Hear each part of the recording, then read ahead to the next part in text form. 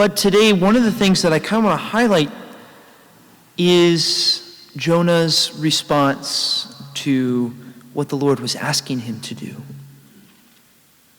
The Lord had asked him to go and set out for the great city of Nineveh and preach against what they were doing there. But Jonah did not want to do that because the Ninevites were enemies. And so, what did he do? He delayed his response to the Lord. He disobeyed. He ran in the other direction. Now, that's an extreme example of disobedience to the Lord. But I think one of the ways that we can fall into that sin of disobedience with the Lord is when we delay our obedience to the Lord. I think Father Mike Schmitz, in his either Catechism in the Year or Bible in the Year, one of the big sayings that he would say is, delayed obedience is still disobedience. So it begs the question, what is the Lord asking of us to respond to? And are we trying to go in the exact opposite way of what the Lord is asking us? And that kind of leads into the gospel as well today with the parable of the Good Samaritan. We can delay or to turn a blind eye to those who are in most need. And especially, this really struck me when the scholar of the law asked the Lord, this line really sticks out. He wished to justify himself to Jesus.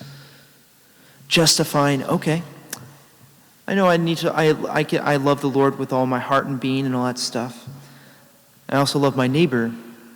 I like the neighbors that I really like to stay close to. I really like to be with.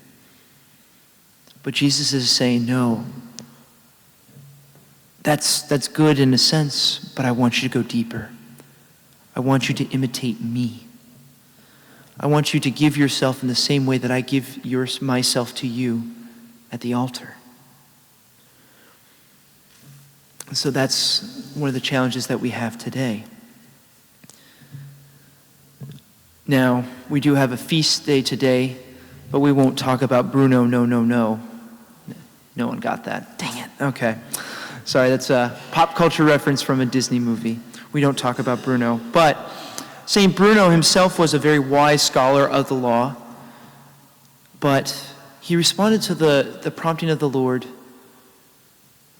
to seclude himself and to found he had went to be a hermit, but he had inspired so many people that he ended up starting a monastic movement, the Carthusians. And thanks to St. Bruno, we have this wonderful liquor called chartreuse that is only made by the Carthusians and has been preserved for thousands of years. So there's great fruit that comes from monastic things. But in order to not distract us from the theme of the readings today, what is in your life today that you are delaying your response to growing closer to Jesus?